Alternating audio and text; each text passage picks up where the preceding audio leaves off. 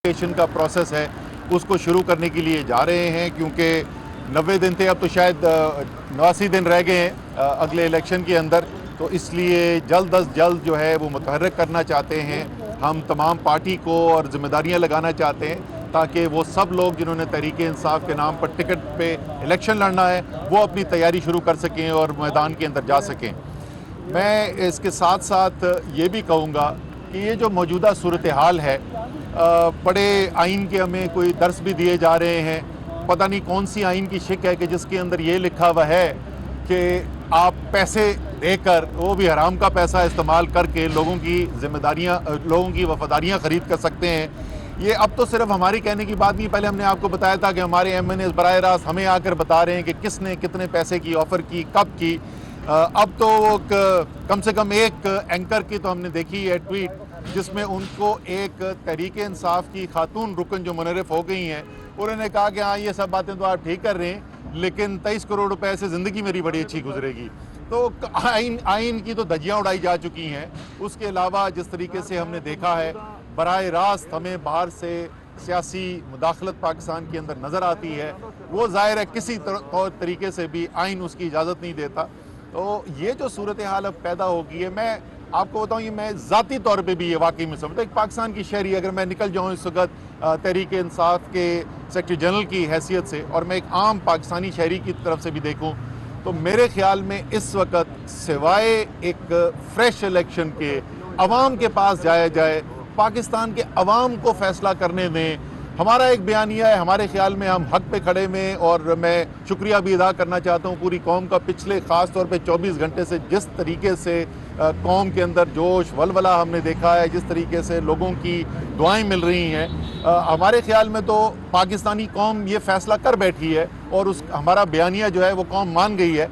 लेकिन जमहूरियत के अंदर इसका फ़ैसला कि वाकई में अवाम किधर खड़े में और अवाम का फ़ैसला क्या है, वो एक ही तरीका होता है, वो तरीका इलेक्शन है। इसलिए उम्मीद ये है कि ये तमाम सूरत हाल को देखते हुए सुप्रीम कोर्ट तो अपने फैसले ज़ाहिर करेगी, तो उनका अपना इख्तियार है। लेकिन मेरे ख्याल में सियासी पार्टियों को भी, वो सियासी पार्टियां जो सारे मुल्क को बताते रहे हैं, मीडिया को बताते रहे हैं कि तहरीक इंसाफ जो है वो गैर मकबूल हो गई है, तहरीक इंसाफ का टिकट लेने वाला कोई नहीं आएगा, तो फिर आपको डर किस बात का है? अब आप क्यों भाग रहे हो इलेक्शन से? अब हम आपको बुला रहे हैं ना, घोड़ा भी हाजिर है, मैदान भी, आए ना करें मुकाबला हमारे साथ, डर क्यों रहे हैं आप? मेरे ख्याल में ये उम्मीद यही है कि तमाम हकाइक को देखते हुए, तमाम जो चीज़ें सामने आई हैं, फ़ैसला मोहतरम जजेस जो हैं सुप्रीम कोर्ट के वही करेंगे।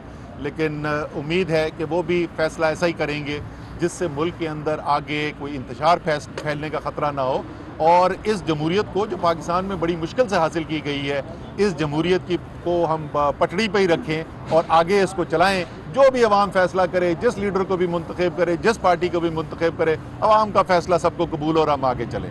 बहुत बहुत शुक्रिया। उमर साहब, ये बताइएगा कि कल अयाज सादिक साहब ने जो है एक कौमी असम्बली के ऐवान के अंदर एक स्पीकर की चेयर पर बैठ के इजलास चेयर किया है, तो आप कैसे समझते हैं, उसकी आईनी हैसियत क्या है? बिल्कुल खुल्लम खुल्ला गैर आईनी काम किया है जी, और ये अब मैं नहीं कह रहा, ये सुप्रीम कोर्ट ऑफ पाकिस्तान कह रहा है। वो कैसे कह रहा है सुप्रीम कोर्ट कि आपका जो कल हमारा यहाँ पे फैसला हुआ, जो स्पीकर ने रूलिंग दी, उसके बाद वज़ीर आज़म ने एडवाइस दी सदर को, सदर ने उसके ऊपर नोटिफिकेशन जारी किया, सुप्रीम कोर्ट ने स्टे ऑर्डर नहीं दिया।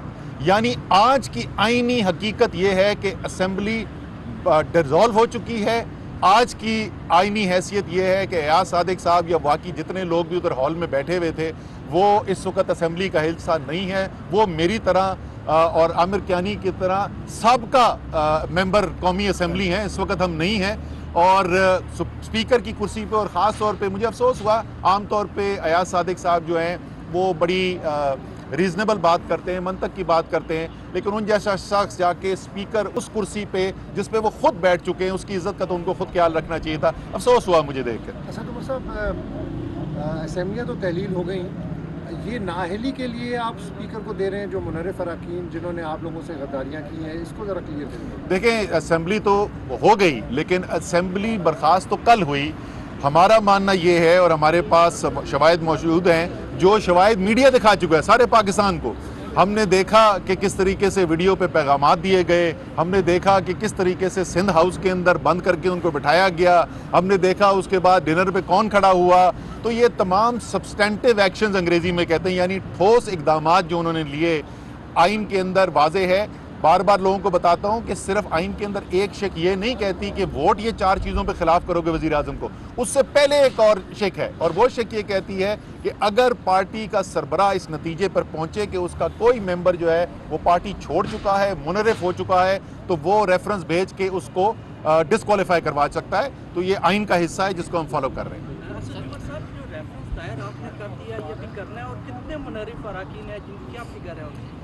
20 लोग हैं जी जिनके खिलाफ इस वक्त ये डिस्क्वालिफिकेशन की रेफरेंस फाइल की जा रही है, और इंशाअल्लाह ताला उम्मीद यही है कि आइन जो है और कानून जो है उसके ऊपर अमल दरामद किया जाएगा, और जो बिल्कुल एक वाज़ेह हकीकत है उसी बुनियाद पर फैसले किए जाएंगे। असद उमर साहब, आइन में तो ये बिल्कुल वाज़ेह है कि कोई मेंबरान असम्बली जब वज़ीर आज़म के खिलाफ तहरीक एतमाद में वोट कास्ट करे या फाइनेंस बिल में करे, तो अभी तो ये दोनों सूरतें आई नहीं, तो फिर किस तरह? नहीं सर, मैंने आपको ये बताया था, ये दूसरी शेक है।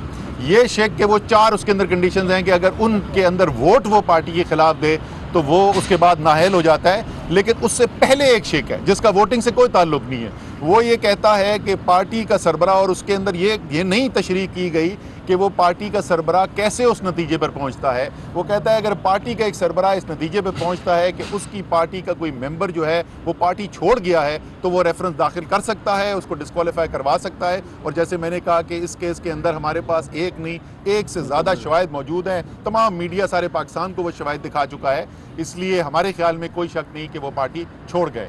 बहुत बहुत शुक्रिया।